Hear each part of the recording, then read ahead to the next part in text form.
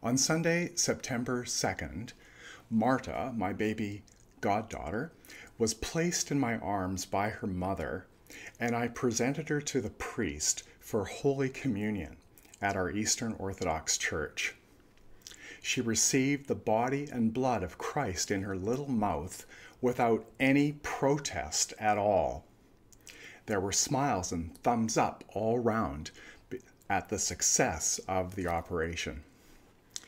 It was almost a shock that it all had happened so smoothly and swiftly. For several months previously, Marta had made it very clear that she had no interest in cooperating, and I'd sometimes despaired over whether this dear little girl would ever trust me. I'd raised 3 sons and I'd carried them around everywhere, but it was a whole other thing to be attending to a baby girl, a little girl. People may have watched with some trepidation. Well, any fears were laid to rest, as with her mother's help and support, I was able to fulfill my role as Marta's godfather. And then again, it happened yesterday, and Marta is continuing to go with the flow. So, pretty wonderful thing. And I've been left with the sparkling image of this priceless little girl in my mind's eye. Little Marta is so precious and particular. Indeed, she is spectacular and unique. There's never been a being like Marta, and there never will be again. Marta rules in my estimation. Her worth and value is simply beyond compare. Nothing is worth more than a special creation of God like this. And I've been thinking, surely the God who created this distinctive little girl is invested in preserving her identity. Isn't this the case? The Christian answer to this question is, of course. Like, the answer's in the affirmative. The Christian perspective is that personality, like the personal, is the glory of the universe. Therefore, Marta is the glory of the universe. God willed Marta to be here, which is, I think, a stronger thing to say that this little being arose at some point in time as yet another emanation of God or of consciousness. This particular being, Marta, so tangible, so touchable and real, was not created only to be one day extinguished or obliterated at death. Nor is it the case that Marta's destiny is to vanish into the ether as merely an indistinguishable and unrecognizable part of the whole.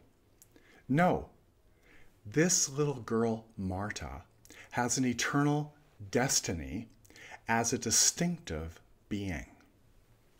She's destined to be transfigured and glorified, which is why her parents, Alex and Svetlana, have brought her to a church sanctuary where at its entrance a sign reads, "Enter the place of transfiguration."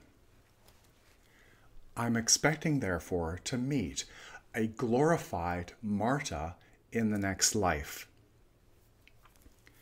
Not that I have a clear idea of what that will be like. I can barely imagine it. Yet I've always had a certain confidence that death is not an ending, but an entrance into another world or realm of being. And I've had as well a confidence that death is not the end of relationships. Indeed, it's the promise of the Christian faith that we will indeed recognize each other in the afterlife, and that shared love will continue. Popular songs celebrate this idea of an everlasting love, and the people sing about how our love will go on. But there are lots of philosophies around that at their foundations do not actually support such a natural hope and longing. These philosophies speak in a different language and have a different understanding than what I'm emphasizing here. What I mean is that in some other religious contexts, the idea of eternal particularity or distinctiveness is not the reigning idea. In fact, I know it isn't the predominant idea. There is talk in these other expressions of religion not of the transfiguration and glorification of the human being, but of the loss of identity through some kind of absorption into the divine. The notion of merging with the divine is emphasized. It's an idea that I think sounds rather lame compared with what I'm saying here about Marta's particular and eternal destiny. I don't know whether it's clear to those who talk of merging that their focus actually amounts to an emphasis upon extinction.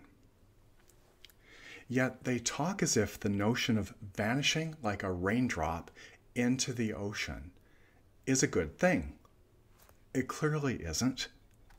For if you lose yourself in the divine ocean and become indistinct, it's the end of love. That's because love exists between persons. No persons, no love. It's that simple. And in this regard, by the way, think about this. Is it not true that our relationships are the most important things about us? So much time and effort is spent in building up relationships. To lose a valued relationship is almost an unbearable pain. To find a great relationship, a great friendship, is a fathomless joy. So what I'm left with here as I reflect on little Marta's destiny is a resounding affirmation of why it is that I continue to be a Christian believer, why it is that I continue to participate in the Holy Eucharist, and why it is that I will continue to present Marta for Holy Communion on Sundays. It's because Christianity affirms personhood. Christianity affirms in absolute terms the unique value of every person. Marta's destiny is therefore a glorious destiny. This little girl is destined to be transfigured and glorified. And I've got her back to help her on her way. Thanks be to God. Amen.